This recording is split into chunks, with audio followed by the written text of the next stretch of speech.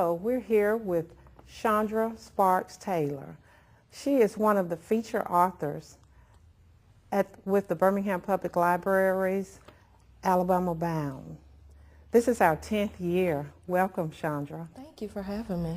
Great, great. Chandra, tell us a little about you. You're an author. What inspired you to write? Well, writing is something I've wanted to do pretty much my entire life. I've always loved to read.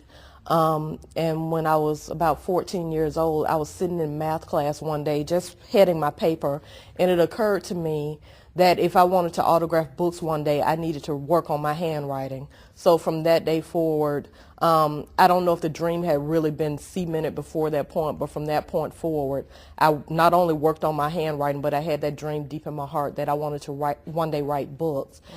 And as I got older, the dream expanded to include books about African American young adults. As I said, I love to read, but there were no books out there with people who looked like me on the covers, and I wanted to be able to tell those stories. But I kind of got off track when I got ready to go to college. My mom asked me what I wanted to do with my life, and I told her I wanted to be a writer. She told me that writers didn't make any money, and I needed to find a career to fall back on. So I decided to major in journalism because that was the closest I could get to writing. But I didn't really like journalism because the writing was too structured. But then I took a class in copy editing, and I found that I absolutely loved it, and I was good at it, so good to when I graduated from college. I was offered a job in New York, so I moved there 2 weeks after graduation, and I worked in various aspects of publishing. As a copy editor for Good Housekeeping magazine. I also worked for newspapers, and then eventually I moved into books, and I served as the consulting editor for Arabesque, which was the African American romance line that Kensington Publishing had. But then in 2004, after I had my daughter, it occurred to me that my dream of writing a book hadn't come true. So I challenged myself to write a book before my daughter turned a year old. Which, looking back on it now, I'm sure I was probably a little sleep deprived, but I would get up every morning and write, and by the time, a month after her first birthday, I had completed my first manuscript. And once I did that, I challenged myself to land a book deal before she turned 2, and I received the offer for my first young adult novel, Spin It Like That, 2 months after her second birthday.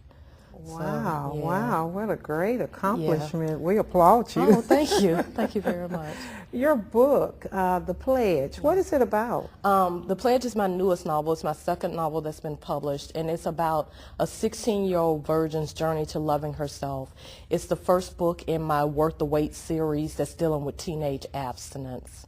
Oh, okay, yeah. Okay. So you enjoy working with youth? I do. As I said, writing for young adults is something that I wanted to do for a very long time, and I just feel like there are not enough people telling their stories in a real way that they can relate to.